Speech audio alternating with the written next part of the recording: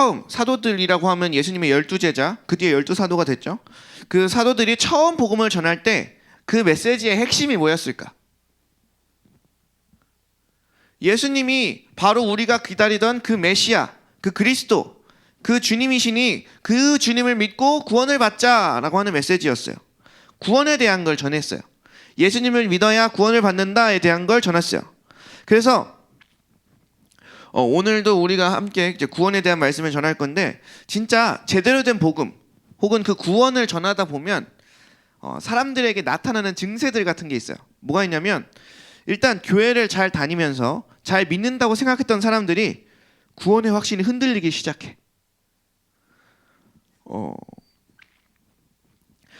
이걸 기뻐해야 될지 슬퍼해야 될지 모르겠어요. 제가 만나보면서 이렇게 복음을 전했던 많은 부분에 있어서 교회를 잘 다니던 사람한테 복음을 전했는데 자기의 구원의 확신이 흔들리기 시작해. 나 구원받은 게 아닌가 보다 막 이러면서.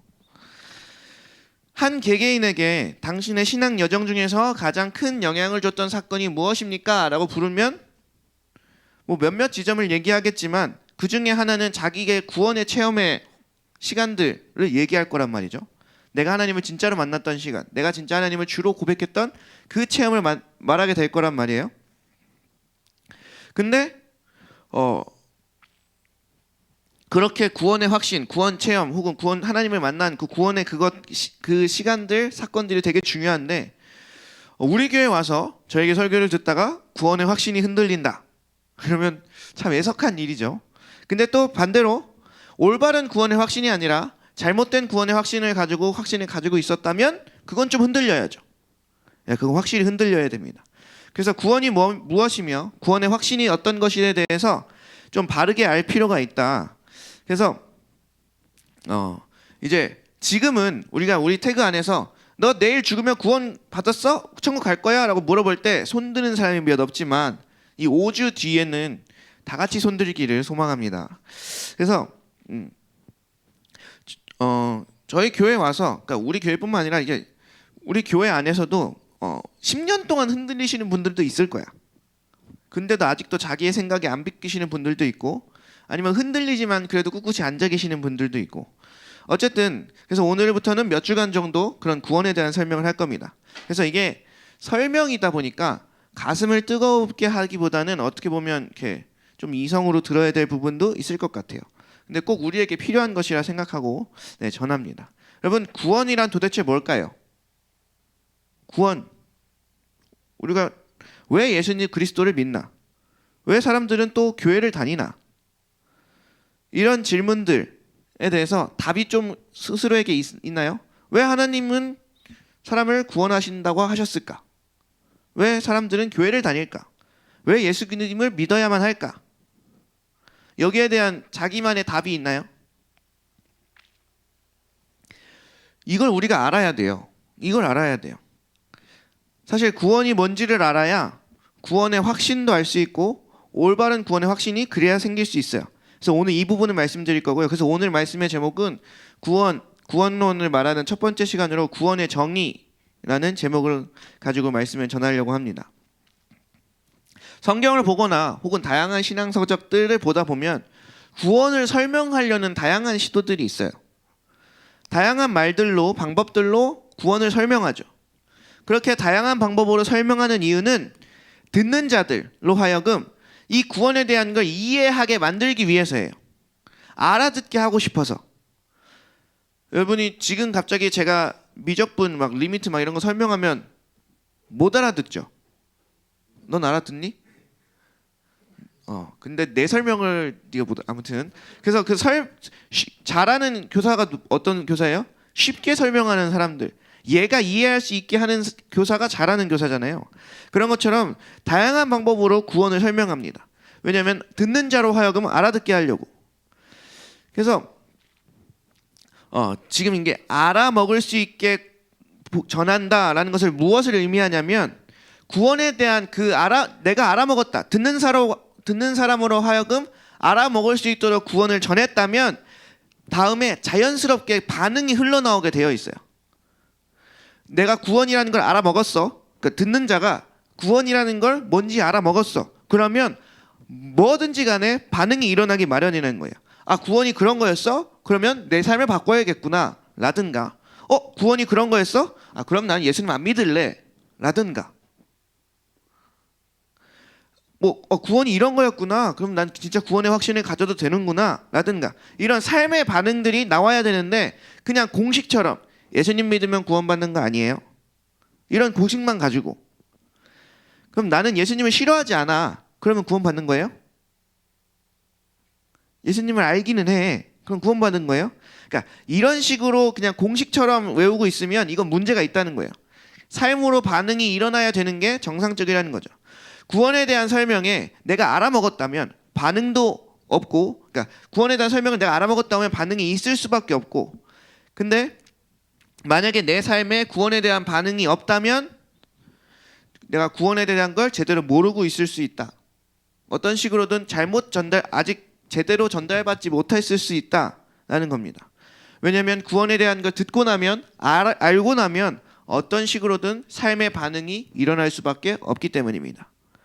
왜냐하면 내 영원한 생명에 관한 일이기 때문이니까요. 내가 천국을 가냐 지옥을 가냐 이 기로에 놓인 그 문제에 대해서 얘기하는 거니까 그렇습니다. 전달하는 자가 잘못 전해서 그런 걸 수도 있고, 혹은 희미하게 약간 가미해서 막 이렇게 전했을 수도 있고, 아니면 그냥 구원에 대해서, 복음에 대해서 별로 관심이 없을 수도 있고, 여러 가지가 있겠지만 어쨌든 성경에서는 그렇게 듣는 자로 하여금 이해시키기 위해서 다양한 방법으로 구원을 설명하고 있다라고 합니다.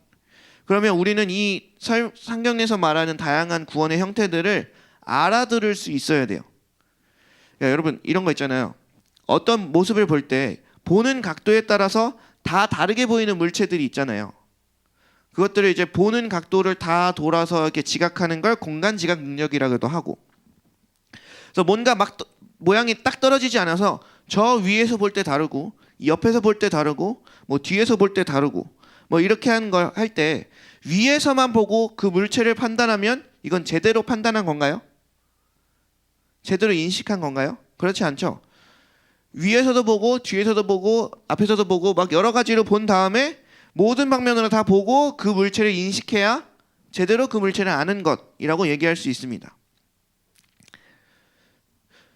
코끼리에 대한 설명도 있잖아요. 유명한 설명 중에 장님들이 코끼리를 만졌는데 코를 만지고는 이 무슨 물렁물렁한 파이프 같습니다. 코끼리는 물렁물렁한 파이프입니다. 또 누가 뭐 이렇게 다리를 만지고는 코끼리는 기둥입니다. 기둥같이 딱딱합니다. 튼튼합니다. 또 누가 배를 만지고는 뭐 벽 같습니다. 뭐 이러면서 어떤 장님은 코끼리는 벽이라고 말하고, 어떤 장님은 코끼리 기둥이라 말하고, 어떤 사람은 물렁물렁한 파이프라고 말하고. 여러분 이게 코끼리에 대한 설명이 아니라는 걸 우리는 알고 있잖아요. 코끼리의 모든 전체 모습을 다 봐야 그걸 코끼리다라고 설명할 수 있는 것처럼, 구원에 대한 설명도 성경에서 다양한 설명이 있다고 할 때 그 다양한 설명을 다 알고 나서, 다 듣고 나서 구원이 이런 거구나, 그럼 나는 구원을 받았는가 아닌가를 판가름해야 된다는 거죠. 성경이 설명하려는 구원의 방법이 총 5가지다. 뭐 예를 들면 이렇다면 그 5가지를 다 조합해 봤을 때 그렇게 하고 나서 구원을 봐야 내가 구원을 제대로 본 거예요. 무슨 얘기인지 이해되셨죠? 그래서 어느 한쪽에서 자기가 본 측면의 구원의 이해만 가지고 다른 한쪽 면에 대해서 얘기가 다를 수도 있다는 거죠. 그래서 왼쪽으로는 이렇게 보이는데 왜 뒤쪽에서는 저렇게 보였을까? 그러면 내가 잘못 생각하고 있었던 게 아닐까? 이거를 검토하기 시작해야 돼요. 제가 다시 말씀드리지만 성경이 설명하는 여러 방향의 말들이 다 맞아 떨어지는 그 구원을 아셔야 돼요. 만약에 성경에서 아까 5가지를 설명했다. 근데 4가지는 맞았는데 1가지는 내가 알고 있는 구원과 달라. 그러면 내가 성경에서 제시하는 구원 말고 다른 걸 본 거예요. 그러니까 혼동하지 않았으면 좋겠어요.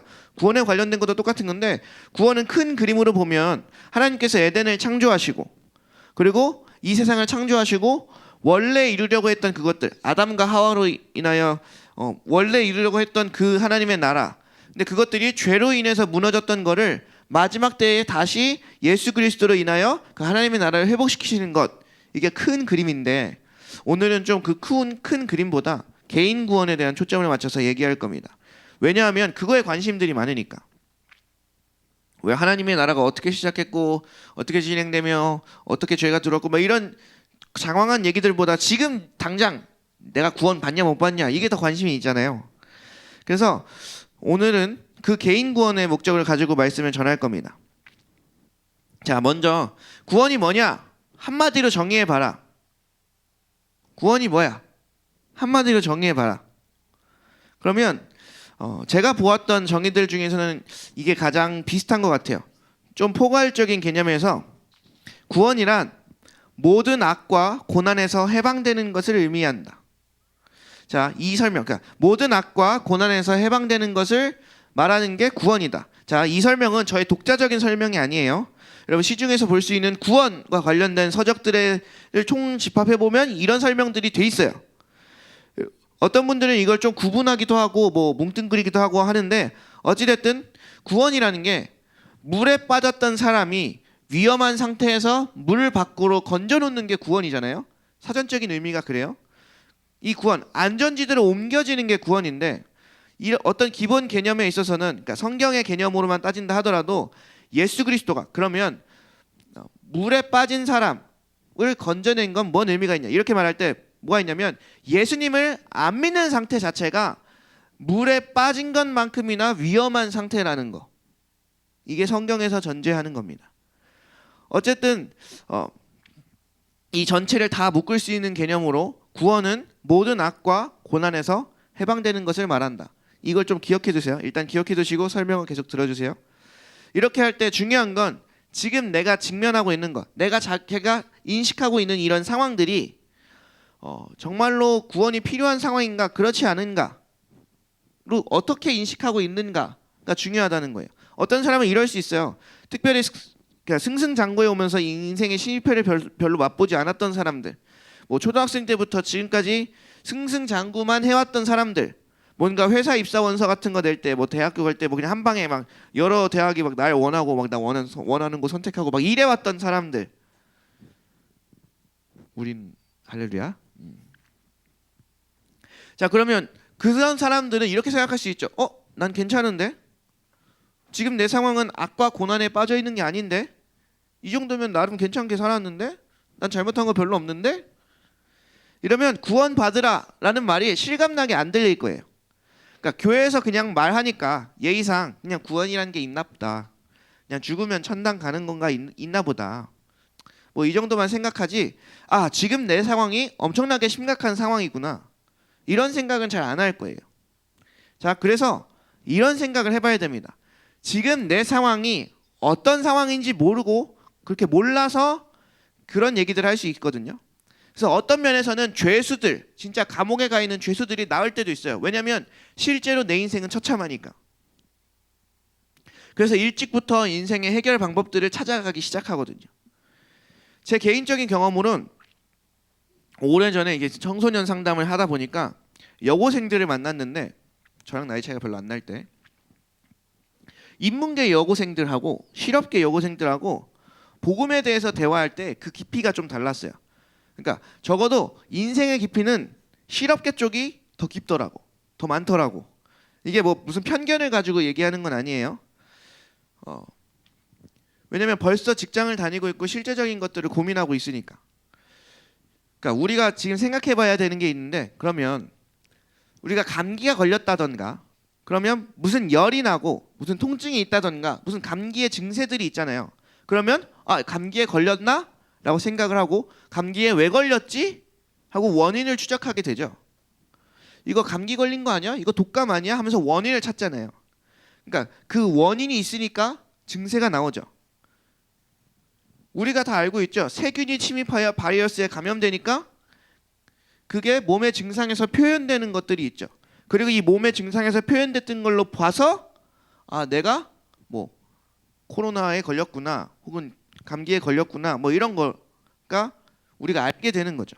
그런 것처럼 우리 삶 가운데 성경에서 죽음의 증상이라고 말하고 설명하는 것들, 그런 모종의 증세들이 있어. 우리 삶에 나타나는 성경에서 저건 죽은 상태야 라고 말하는 모종의 상태들이 있다고. 그럼 그 성경에서 말하는 죽음의 상태의 표징들이 내 삶에 나타나고 있다면 내 안에 뭔가 감염이 된 거죠. 내 안에 뭔가 문제가 있는 거죠. 나는 지금 별로 심각하게 여기지 않지만 뭔가 감염이 된 겁니다. 바이러스에 걸린 거죠. 그런데 성경이 말하는 대로면 그게 있으면, 그게 계속 그대로 그 문제, 그 증세가 계속 그대로 있으면 완전히 멸망하는 길로 간다고 그러는 거예요. 성경의 가르침대로라면. 그래서 자기 삶에 성경에서 말하는 죽음의 현상들, 성경에서 말하는 저거는 죽은 상태다 라고 말하는 상태들이 무슨 현상인지는 좀 나중에 생각하기로 하고, 어쨌든 내가 개인적으로든 경험한 것이든 혹은 가정에서 경험한 것이든 소속된 공동체에서 경험한 것이든 내가 가는 곳마다 관계가 깨진다, 뭐 나는 씁쓸한 마음만 든다, 막 우울하다, 뭐 죽을 충동이 일어난다, 막 이런 건 다 정상적인 건 아니잖아요. 종교를 떠나서 이건 정상적이라고 말할 수 없잖아요. 그러면 생각이 이렇게 되는 거죠. 왜 우리 가정은 왜 이렇게 대대로 이렇게 살까? 성경에서 말하는 죽음과 관련된 뭔가가 피어나오고 있다면 우리는 빨리 우리의 겸손과 뭐 검진을 좀 해봐야 돼요. 뭔가 있는 거 아니야? 뭔가 내 안에 뭔가 바이러스 같은 게 있는 거 아니야? 이런 게 빨리 해봐야 되는 거죠. 영적인 부분에 있어서도, 정서적인 부분에 있어서도. 보통 우리의 우울증이나 뭐 이렇게 정신적인 문제들은 다 어떠한 사건이 계기가 되어 그게 발현되는 경우가 많죠. 그런 것처럼 성경에서도 말하는 모든 많은 죄의 증세들, 증상들이 원인이 있고 그 원인, 그 증상들이 발견된다면 그 원인을 찾아가야 된다는 거죠. 그래서 만약에 내 심각한 부분이 발견된다면 거기서부터 빨리 나오는 게 지혜로운 사람이죠. 여러분, 뭔가 내가 암의 전조 증상들, 암인 것 같은 몸의 증상들이 있다고 쳐봐요. 점점 내 다리에 힘이 빠져가면서 내 근육이 말라가는 것 같은 막 증상들이 보여. 그러면 여러분 마음이 어때요? 오씨, 나 큰일 나는 거 아니야? 나 안진뱅이 되면 어떡하지? 막 이런 식의 생각들을 하면서 빨리 뭘 하겠어요? 병원을 쫓아다니겠죠.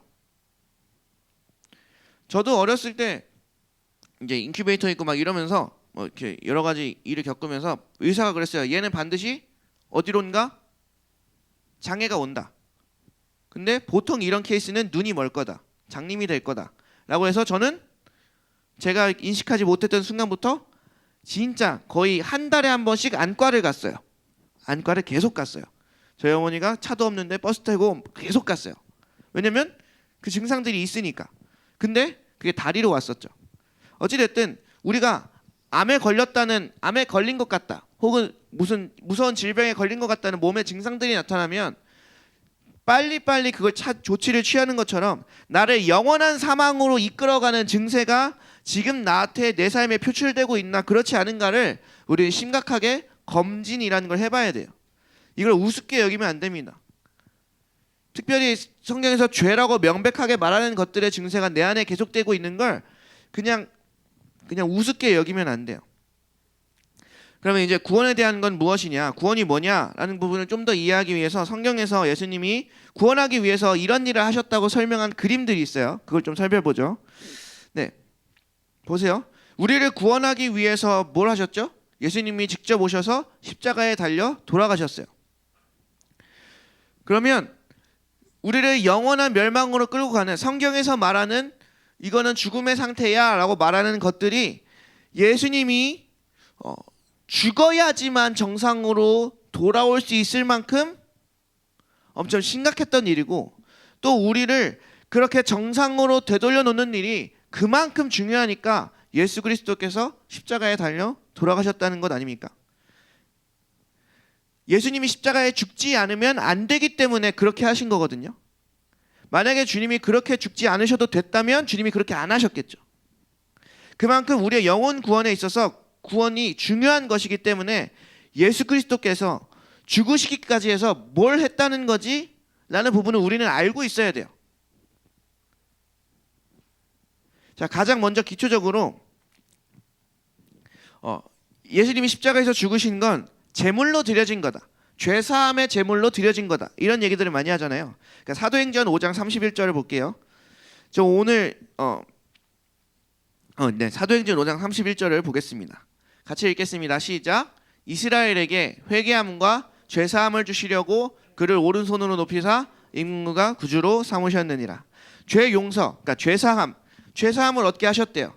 마태복음 9장 2절에 보면 침상에 놓은 중풍병자, 친구들이 달아내린 4명의 친구들이 지붕을 뜯어 달아내린 그 중풍병자를 보시고 치유하실 때 뭐라 그랬냐면 예수님이 너의 죄사함을 받았느니라 라고 말해요. 그래서 예수님이 이 땅에 오셔서 치르고자 하는 가장 중요한 것 중에 하나는 죄의 처리의 문제였어요. 죄를 처리하는 것. 여러분 이런 것을 볼 때 그냥 당연한 거 아니야? 예수님 우리 죄를 위해서 죽으셨지. 그냥 이렇게 문장만 외우고 넘어가는 게 아니라 오늘 죄에 대해서 설명할 건 아니지만 봐봐요. 예수님께서 그 천지를 창조하시고 이 세상 모든 만물에 완전하게 계셨던 그 예수님께서 사람으로 오셔서 십자가에 죽으셔야 할 만큼 내 죄가 심각했던 건가? 라는 생각을 해야 돼요. 이 질문이 우리에게 있어야 돼요.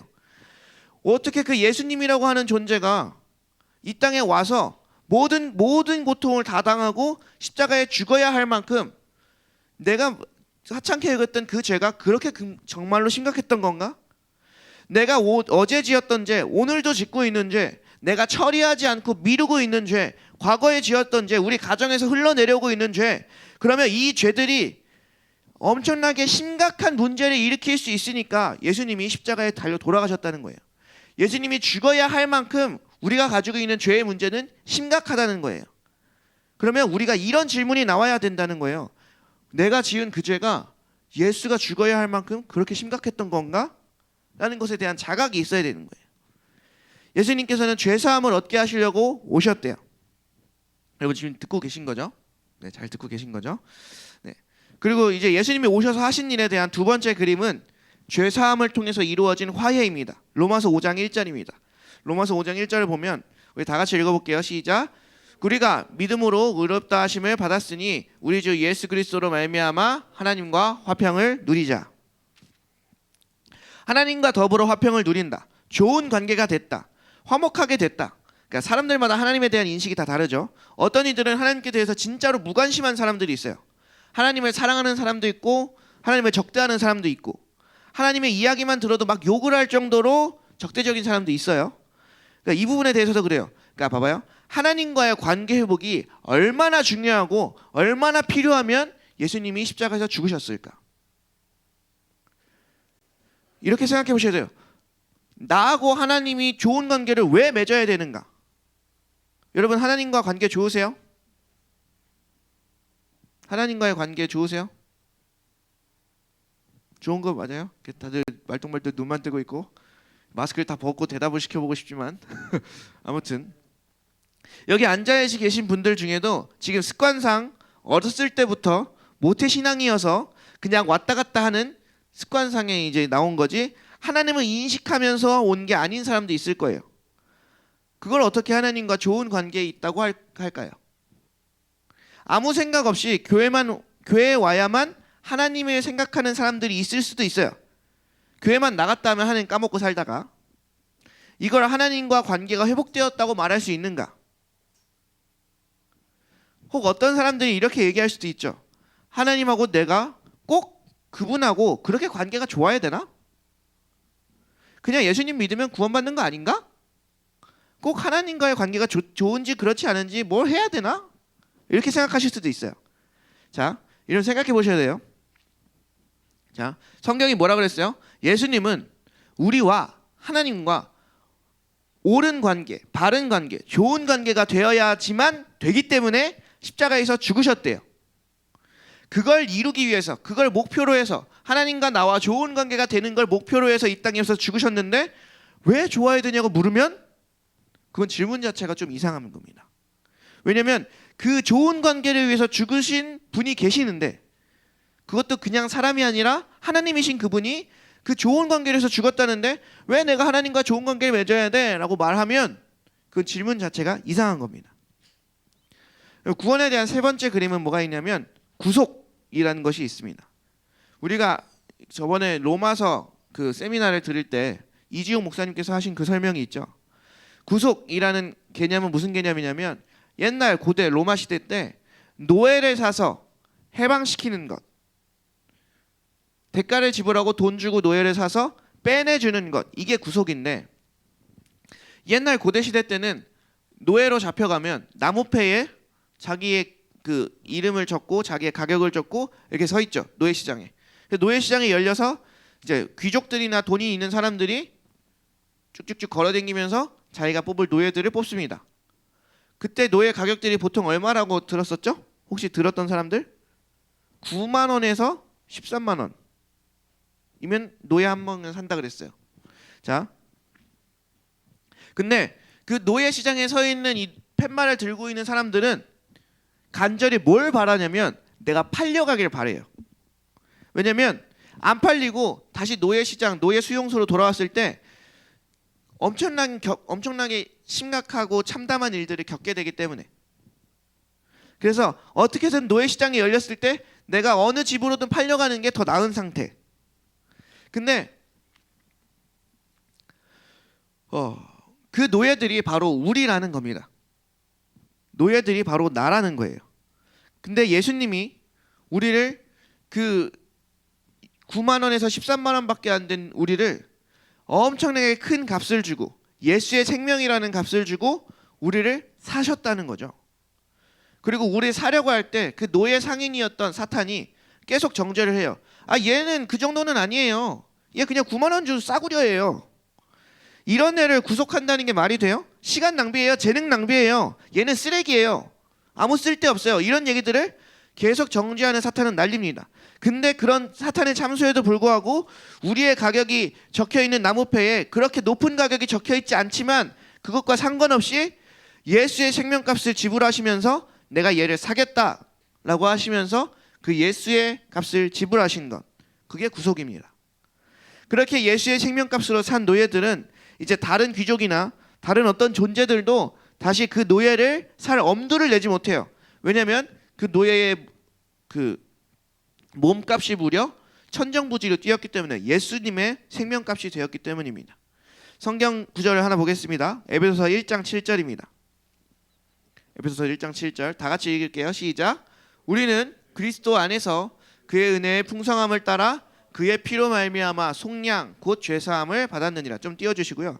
여기 다 섞여서 쓰여져 있어요. 지금 죄사함이 중요하다고 했죠. 그것을 다른 표현으로 그분의 피로 구속, 속량,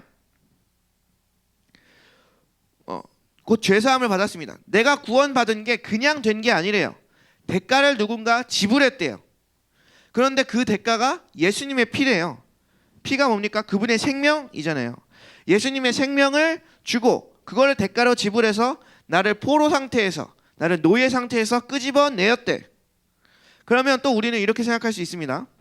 자, 이걸 인식하셔야 돼요. 뭐냐면 사람은, 우리들은, 나는 예수님께서 오셔서 십자가에 죽으셔서 구출해 줘야 될 만큼 어떤 큰 악한 세력의 포로가 되어 있었구나 라는 걸 인식해야 돼요.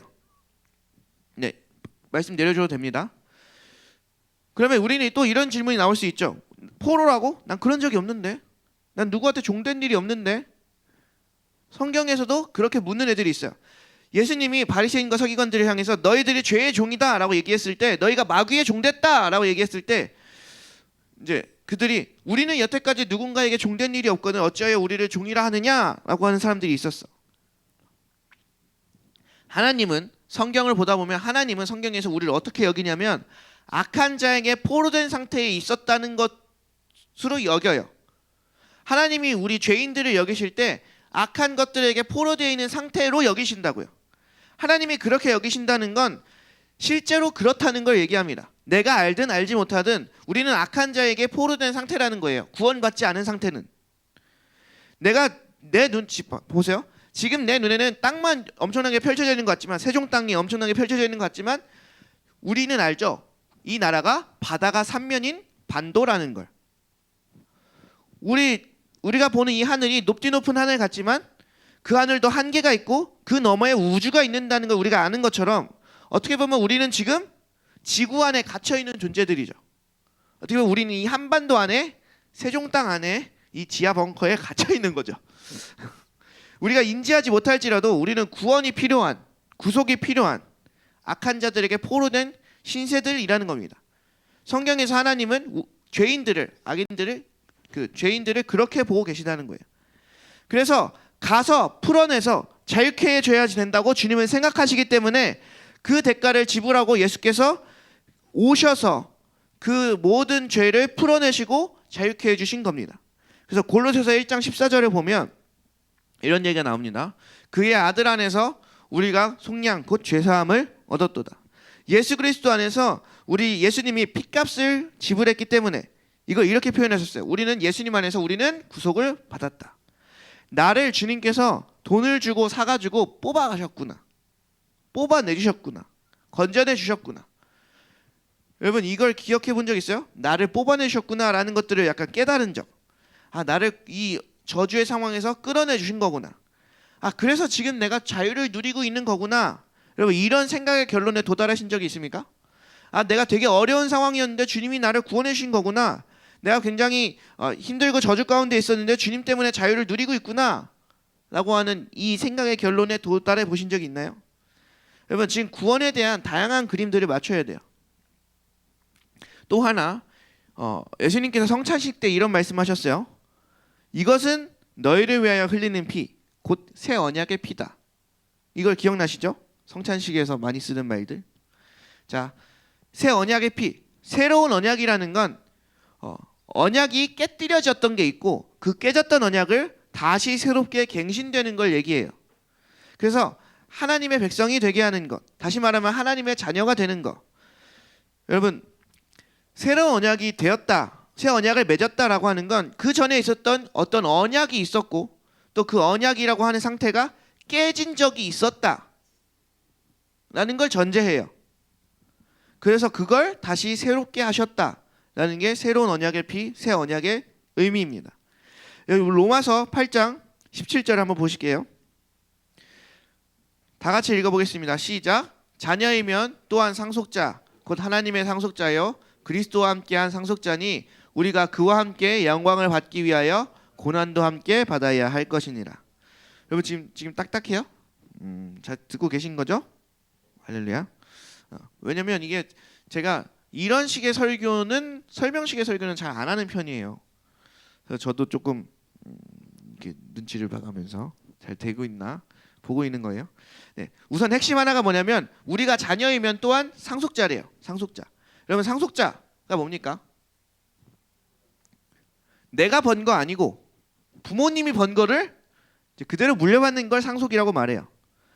자, 여러분 부모님에게 뭘 물려받을 수 있어요? 한번 우리 집안의 재정 상태를 볼 때 난 우리 부모님이 내게 뭘 물려줄까? 여러분 부모에게 거대한 상속 뭐 유산으로 물려받을 분 있어요? 거대한 물질적 상속, 소위 말하는 금수저 우리 있나? 어떻게 한 명도 없을 수 있나?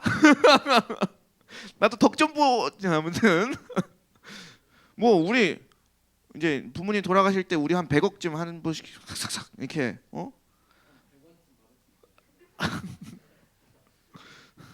100원밖에 안 주는데 그건 네가 부모님한테 뭔가 잘못한 게 있지 않을까?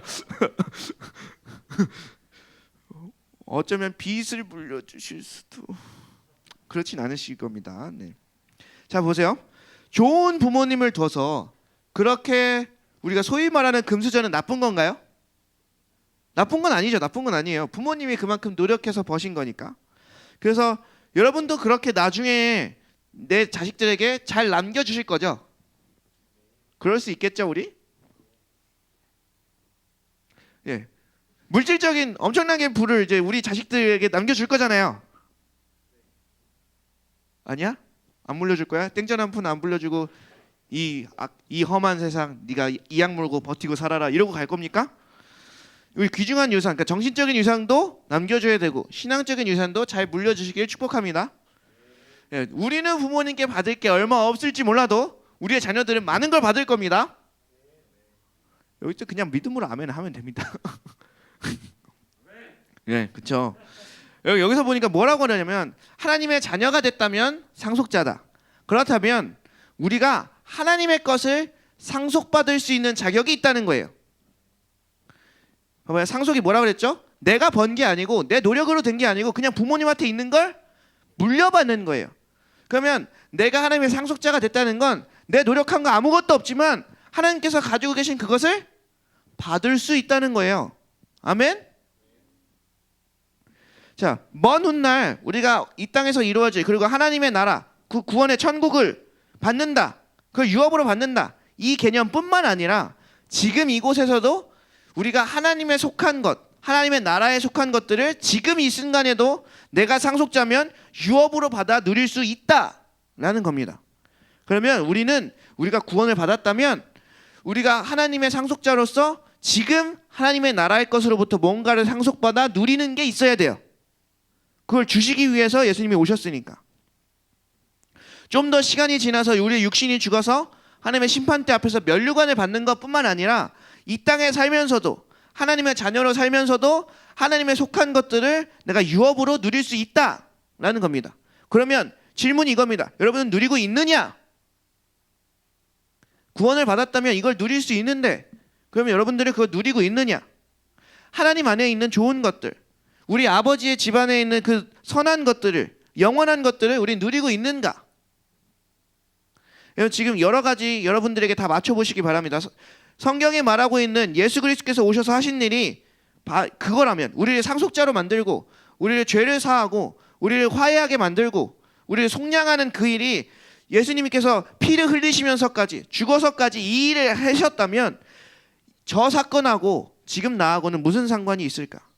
도대체 예수께서 저분이 저렇게 하신 일과 현재 나와는 어떤 관계가 있을까?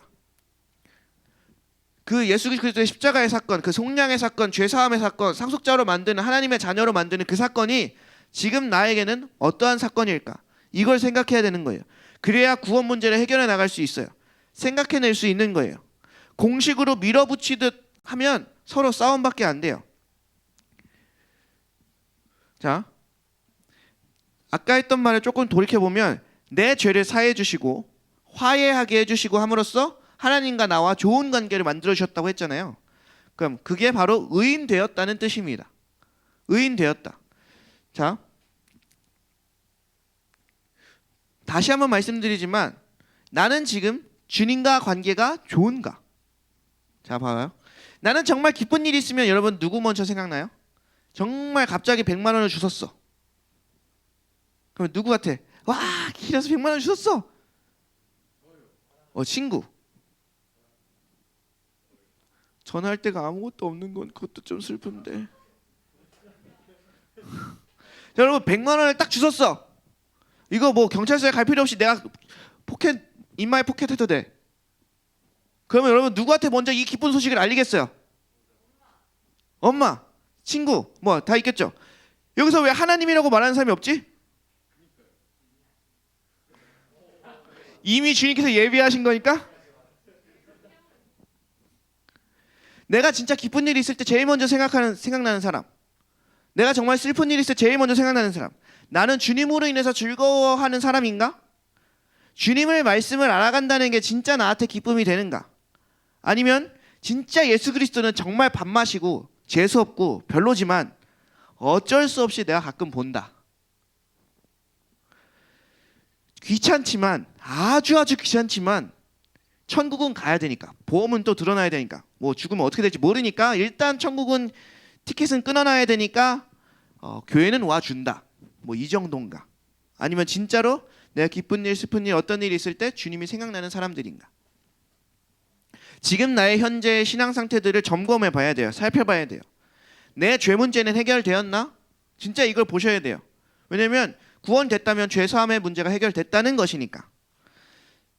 그래서 이게 나한테 진짜 실제인가 아닌가를 검토하고 체크해야 된다는 거예요. 하나님의 아들됨, 아까 상속자라고 했죠. 이걸 조금만 더 설명해 드리면, 자 보세요. 우리가 하나님의 아들이 되었다면, 하나님의 자녀가 되었다면 하나님에 있는 것들을 상속받죠. 그러면 그 중에는 하나님과 계속 동행하고 상속받다 보면 성품도 상속을 받아요. 그래서 우리가 예수 그리스도와 그 성품이 닮아가는 거거든요. 그러면 봐봐요. 우리가 구원을 받았다면 여러분 안에서, 지금 내 안에서 신의 성품이 형성되어 가고 있어야 해요. 내가 구원을 받고 그리스도의 자녀가 되고 그리스도의 상속자가 되었다면 내 안에 예수 그리스도의 성품이 생성되고 형성되고 변화해 가고 있어야 돼요. 여러분, 변화되고 있는 어떠한 성품이 있습니까? 여러분, 하나님의 것을 끌어다가 사용해 보신 적이 있어요? 성경에 또 이런 표현도 있습니다. 고린도후서 5장 17절입니다. 우리가 다 아는 말씀. 그런즉 누구든지 그리스도 안에 있으면 새로운 피조물이라 이전 것은 지나갔으니 보라 새 것이 되었도다. 자, 그리스도 안에 있으면 새로운 피조물이래요. 새로운 피조물. 여러분, 그러면 예수님을 만나기 전과 예수님을 만난 다음 후에 여러분들이 비교해 볼 때 달라졌나요? 달라졌어요? 아니면 삶은 똑같은데 지식 하나만 더해졌나요? 삶은 똑같은데 그냥 명패 하나만 바뀐 건가요? 자, 여러분 보세요. 오랜만에 어떤 친구를 만난다고 했을 때 여러분 보고 뭐라고 하던가요? 날 예수님 만나기 전부터, 내가 예수를 잘 믿기 전부터 날 만나왔던 친구들이 예수님 만나고 난 뒤에 나를 만났을 때 뭐라고 그래요, 여러분? 여러분, 오랜만에 만난 친구가 나한테 야, 너 변했다. 너 참 많이 변했다. 야, 지금 이 상황이면 너 지금 옛날이었으면 화냈는데 지금 화도 안 내네. 네가 먼저 나한테 술 먹자고 했을 판인데 그렇게 얘기 안 하네? 라고 변화됐다는 소리 많이 듣나요? 어떻게? 친구들이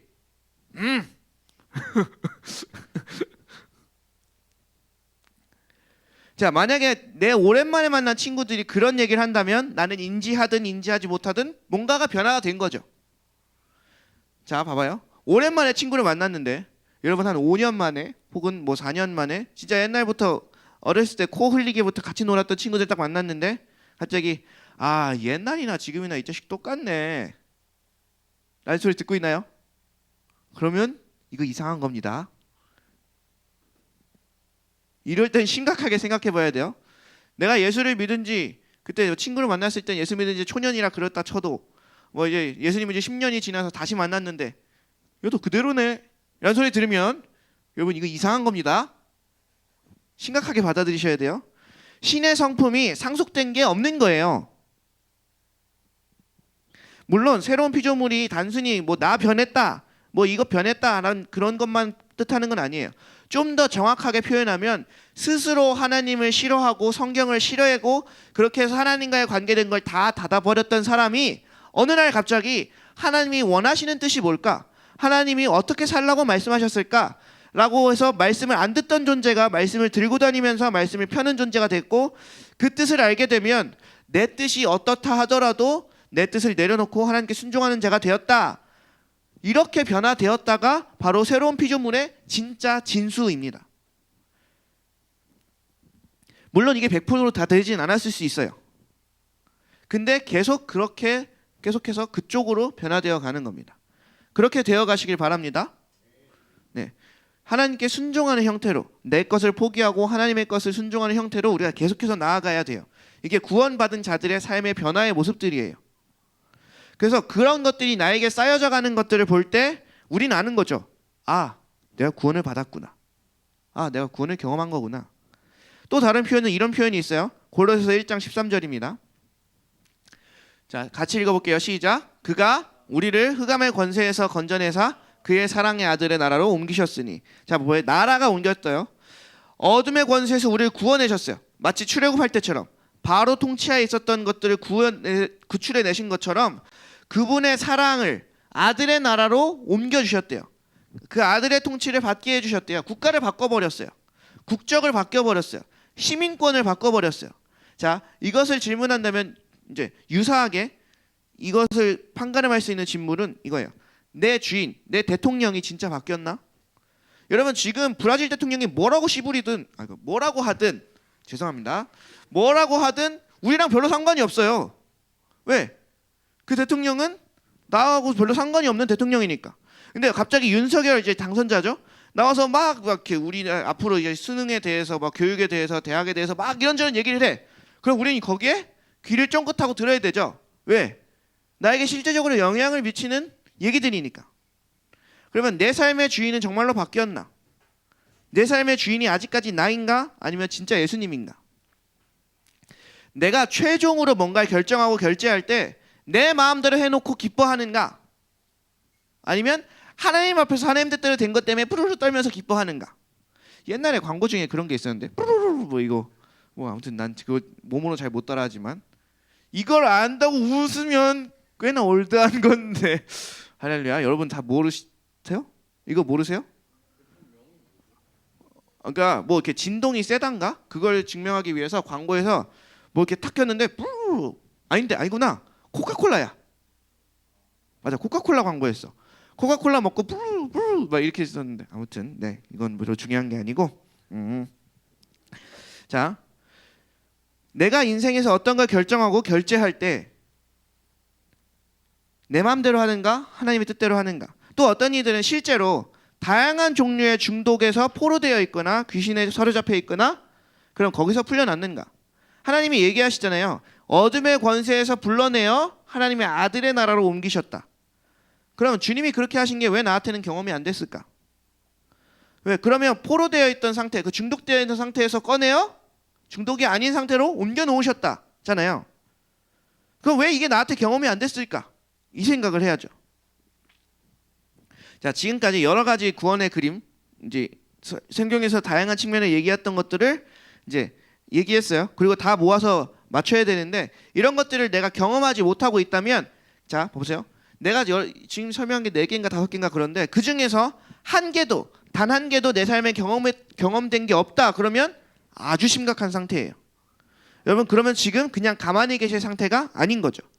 얼른 주님 앞에 무릎 꿇고, 주님 이게 어떻게 된 겁니까? 지금 오늘 앞에서 설교하는 저 사람이 지금 실수하고 있는 거 아닙니까? 저거 사입이 아닙니까? 막 이러면서 이제 오늘 잘못 설교하고 있는 거 아닙니까? 라고 물어보든, 아니면 이제 빨리 어디 서점 가가지고 구원과 관련된 책 모조리 몽땅 사가서 공부를 해보시든, 성경을 처음부터 계속해서 뭐 100독 10독을 해보시든 확인해 보셔야 된다는 거예요. 자기의 영원한 생명의 문제를 가지고 그냥 방치하면 안 됩니다. 여러분, 그러면 어쨌든 그 다음 단계 설명으로 왜 이런 것들을 우리가 경험하지 못했을까? 아까 옳은 관계로 만드시길 원했고, 죄 사함을 하시려고 했고, 예수님이 오셔서 하셨던 그 다양한 구원의 그림들을 내가 지금 바르게 경험하고 있지 못하다면 나와 지금 하나님과의 관계 사이에 뭔가가 문제가 있구나. 하나님은 문제가 없으신 분이시니까 내가 하나님에 대한 태도가 옳지 않구나 라는 식으로 접근하면 맞습니다. 그분은 살아계신데, 엄연히 살아계신데 그분을 대하는 태도가 내가 옳지 않구나, 심히 건방지구나, 내가 그분을 무시하고 있구나. 그래서 죄의 본질은 하나님에 대한 인간의 올바르지 않은 태도입니다. 굉장히 순화시켜 얘기한 거예요. 제가 주로 설명하는 표현대로 하면 하나님을 자기 마음대로 사는 태도, 하나님을 무시하고 그분이 계신데도 자기 마음대로 살고 싶어하는 것, 그게 바로 죄의 본질이라고 말씀드렸습니다. 자기 마음대로 살고 싶은 것, 그러면 하나님께로부터 오는 많은 것을 경험할 수 없어요. 당연한 일이죠. 하나님과 관계가 없는데 어떻게 그 상속자로서 하나님께로부터 오는 걸 누릴 수 있을까? 여러분, 이걸 생각하셔야 돼요. 이런 건 주님께서 주시고자 하는 구원이 아니에요. 지금부터 설명드리는 거, 나 기도했더니 이렇게 문제가 해결됐다, 나 기도했더니 질병이 치유됐다, 나 문제가 해결됐다, 뭐 기도했더니 뭐 환상을 봤다, 뭐 방언을 한다, 초능력이 임했다, 이런 건 원래 하나님이 주시고자 하는 구원의 형태는 아니에요. 자, 제가 어제 금요 커넥트에서는 성령 충만에 대해서 나눴는데 오늘은 또 그건 구원과 상관이 없다라고 하니까 좀 헷갈릴 수도 있는데, 잘 정리해야 돼요. 상충되는 이야기를 하는 게 아니야. 성령 충만의 본질은 그리스도와의 친밀함이라고 제가 말씀드렸습니다. 외부적인 충만함 뿐만 아니라 내부적인 충만함도 그 성품이 변화되고 부어지는 것을, 모든 걸 포함하는 게 성령 충만이라고 말씀드렸어요. 그래서 어제의 설교와 오늘의 설교가 전혀 상충된 게 아니라 오히려 서로 보충해 주는 겁니다. 제가 말씀드렸듯이 예수님이 오려고 하시고 했던 것, 이걸 기억하셔야 돼요. 그러니까 지금까지 말했던 것, 죄사함, 구속, 관계 회복, 상속자, 뭐 국적이 옮겨지는 것. 저도 기도해서 문제를 해결받아 봤어요. 저도 기도해서 돈이 자체가 들어오는 걸 경험했어요. 뭔가 기적적인 방법으로 주님께서 일을 처리해 주시는 걸 저도 경험을 해봤습니다. 기도할 때 병이 나는 것도 봤고, 제가 기도할 때 병도 나와 봤고, 수련 현장에서 다리가 짧았는데 쭉쭉쭉 늘어나는 것도 봤고.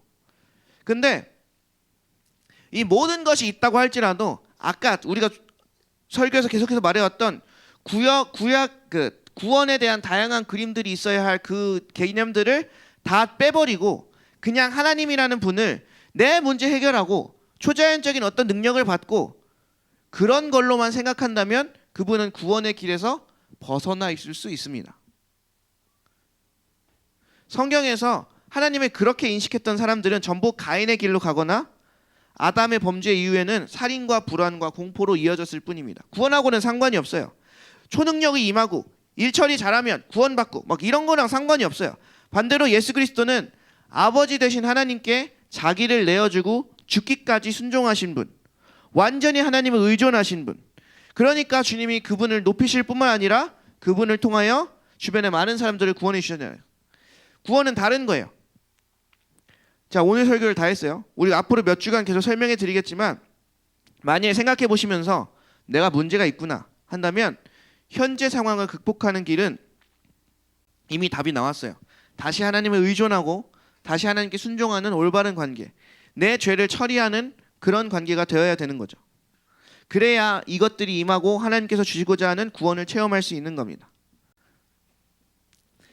자, 오늘 구원의 정의, 즉 성경에서 말하는 구원의 여러 가지 그림들을 맞춰보는 시간을 가졌어요.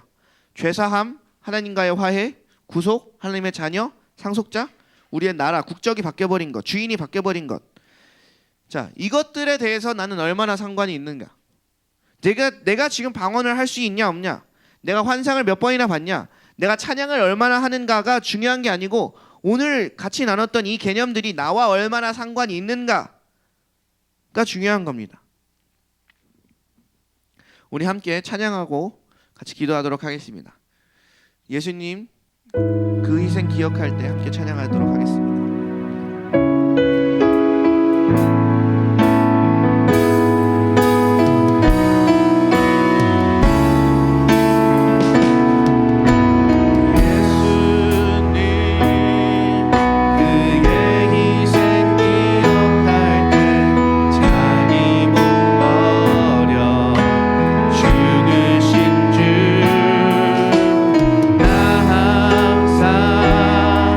생명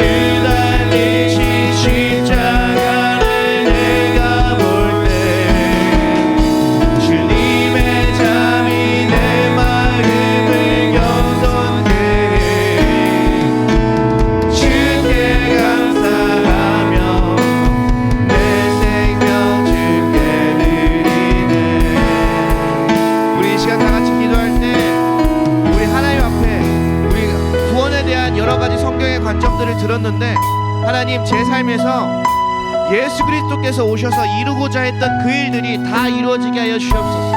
우리가 말했던 아까 계속 봤던 죄사함이나 하나님과의 관계가 회복된 것이나 구속이나 속량이나 상속자가 되는 그 모든 그것들이 내게 다 이루어지게 하여 주시옵소서. 이 시간 다 같이 주여 한번 불리고 함께 기도하며 나아가도록 하겠습니다.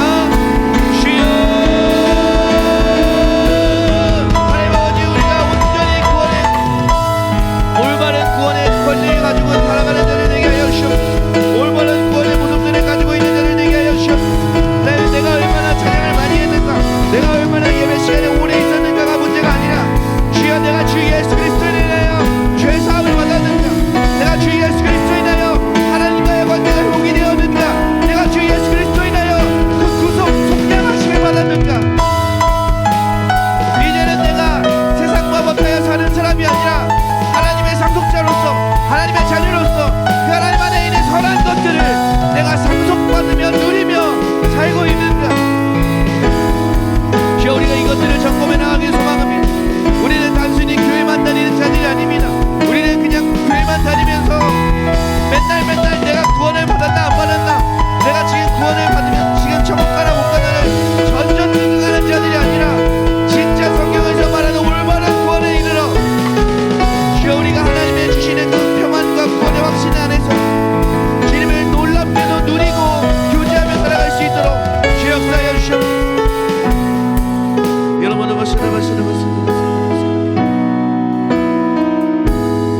이 시간 한 번 더 같이 기도할 때는, 여러분, 제가 수많은 설명을 했지만 이건 다 풀어 설명한 거고, 예수님을 다시 한번 깊게 만나면, 성령을 진짜 깊게 만나면 그냥 다 알게 돼요. 이것들은 제가 이해를 돕기 위하여, 우리 삶을 되돌아보기 위하여 성경을 들어 풀어 설명한 것이고, 그냥 예수님이 여러분들을 찾아오셔서 여러분들을 건져내시면 구원받은 겁니다. 이 시간 함께 기도할 때 예수님, 저를 찾아와 주시옵소서. 저를 만나 주시옵소서. 성령이여, 이 시간 우리를 모든 저주의 끈으로부터 건져내어 주시옵소서. 주여, 우리를 구원하여 주시옵소서. 우리 다시 한 번만 우리 다 같이 주여 몸을 주고 우리의 구원을 위해서 함께 기도하겠습니다. 주여, 하나님 아버지, 진짜 구원이 우리 가운데 있게 하소서. 진짜 우리가 구원받게 하여 주시옵소서. 여러분, 주여, 우리가 진짜로 구원받은 자들, 예수님을 아는 자들, 예수님과 관계된 자들, 예수님과 함께 이 세상을 동행하며 사는 자들이 되게 하시옵소서. 여러분, 성령이 우리 마음 가운데 임하소서. 우리 마음 가운데 임하소서. 여러분,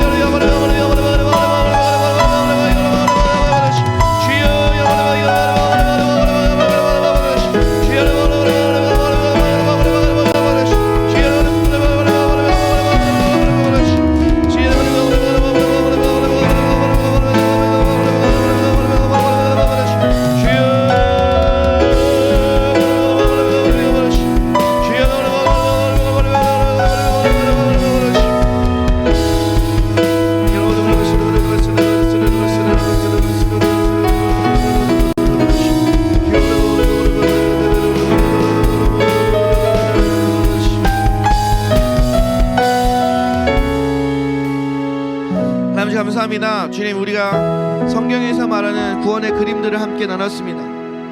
여러분, 이제 앞으로 우리가 한 4주간 5주간 함께 말씀을 나눌 텐데, 우리의 믿음이 정말로 성경에서 기초한 믿음들이 되게 하시고, 진짜 성경에서 말한 구원을 받은 자들이 되게 하시고, 정말로 여기에 있는 한 사람 한 사람이 한 사람도 빠짐없이 심판대 앞에 섰을 때 내가 너희를 도무지 모르니 내게서 떠나가라고 듣는 자들이 아무도 없기를 소망합니다. 내가 열심히 하나님을 섬긴다고 교회 다닌다고 이렇게 다니다가 하나님 앞에 갔을 때 정말로 착하고 충성된 종아, 너희가 수고하였으니 내 안에서 평안을 누리라고 하는 오직 하나님의 따뜻한 환대를 받을 수 있는 정말로 구원받은 자녀들이 일어나게 하여 주시옵소서. 감사합니다. 살리신 예수님의 이름으로 기도드렸습니다. 아멘. 우리 이 시간 다 같이 주기도문함으로 모든 예배를 마치겠습니다. 하늘에 계신 우리 아버지여, 이름이 거룩히 여김을 받으시오며 나라의 임하옵시며 뜻이 하늘에서 이루어진 것 같이 땅에서도 이루어지이다. 오늘날 우리에게 일용할 양식을 주옵시고 우리가 우리에게 죄 지은 자를 사하여 준 것 같이 우리의 죄를 사하여 주옵시고 우리를 시험에 들게 하지 마옵시며 다만 악에서 구하옵소서. 나라와 권세와 영광이 아버지께 영원히 있사옵나이다. 아멘, 아멘, 아멘.